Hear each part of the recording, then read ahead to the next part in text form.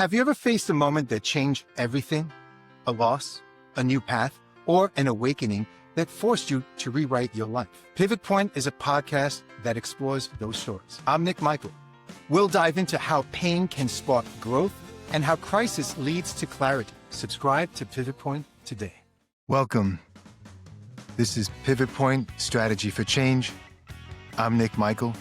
Today, we're diving deep into a topic that affects so many men and yet rarely gets talked about openly. The hidden emotional rules that shape their lives.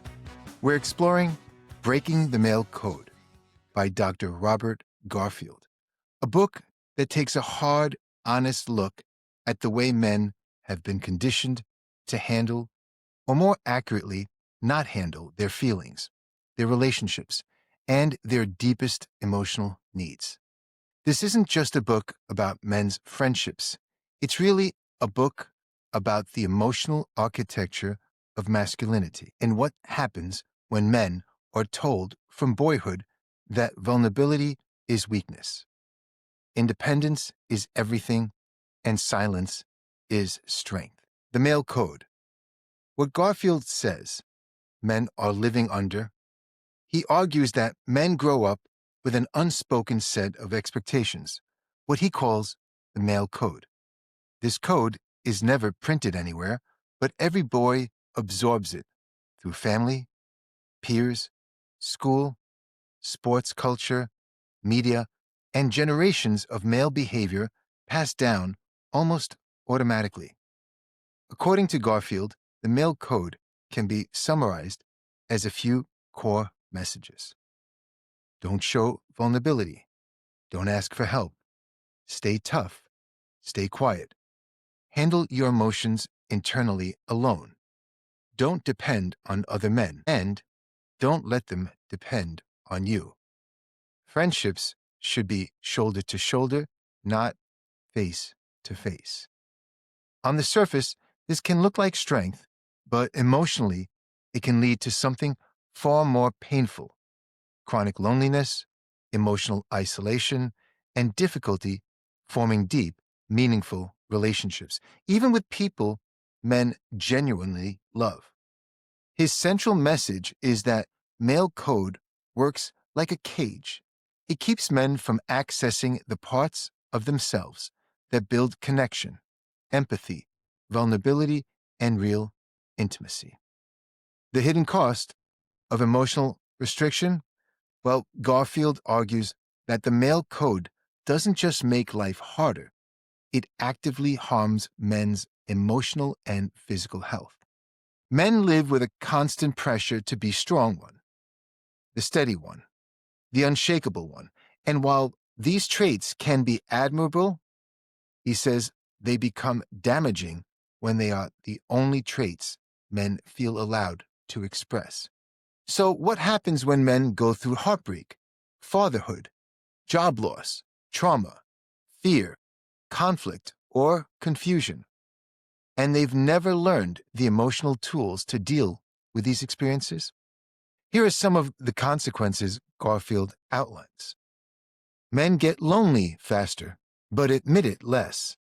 They often have fewer close friends as they get older. Marriage or a romantic partner becomes their sole emotional outlet. They struggle to express what they truly feel. They may lash out or shut down when overwhelmed.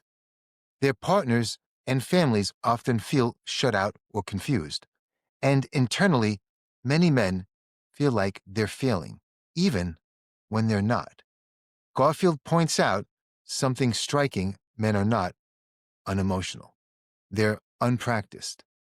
They've been taught from childhood that emotional expression is feminine, weak, or dangerous, and by adulthood, this emotional restriction becomes second nature. The heart of the book is about how men can reconnect with themselves and each other, and why this matters. He puts enormous emphasis on male friendships, not the casual, activity-based friendships many men are familiar with, but emotionally honest, intimate friendships where men can talk about their fears, share their internal struggles, ask for help, support one another, and show vulnerability without shame. Garfield's research and decades of therapy experience show something powerful. When men develop emotionally intimate friendships with other men, every area of their lives improves. They become better partners, more present fathers, more open communicators, less depressed, less isolated, and more emotionally resilient. Garfield calls this the missing nutrient in the emotional lives of modern men. The friendship labs that Garfield uses, it's one of the most compelling aspects of his book. And he describes the friendship labs as therapeutic group settings where men practice emotional openness with one another in real time. Now, these labs are not support groups in the traditional sense. They're emotional training grounds, as he refers to it.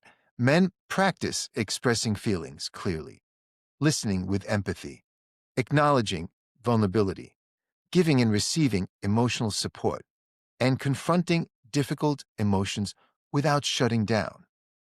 Garfield shows how transformative this process can be. Men who enter these groups are often stiff, guarded, or skeptical upon arriving, and they end up revealing parts of themselves they've hidden for years.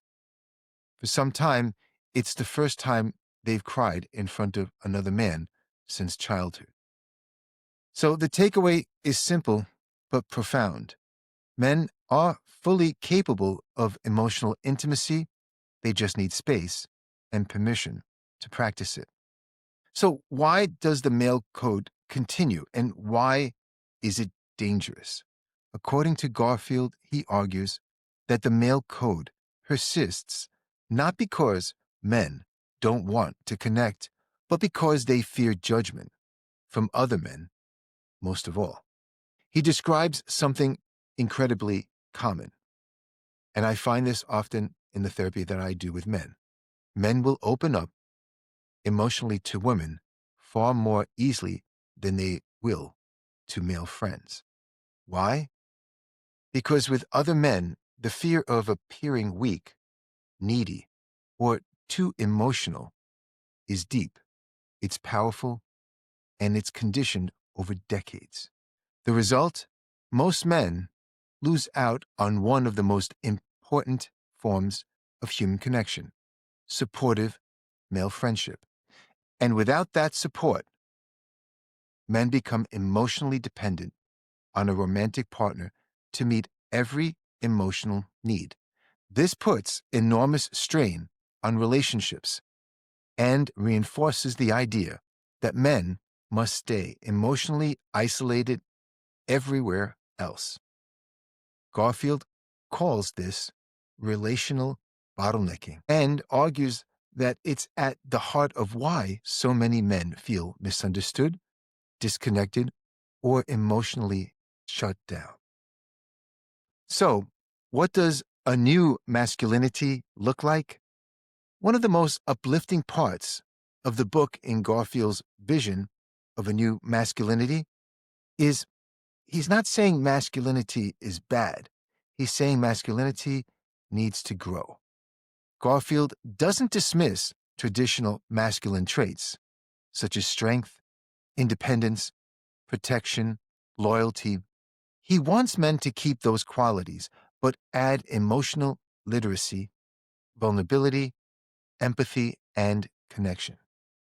A healthy masculinity, in Garfield's view, combines inner strength, emotional courage, honesty and vulnerability, connection and compassion, willingness to ask for help, which is more often than not, often not the case for many men, and the capacity to close, supportive friendships.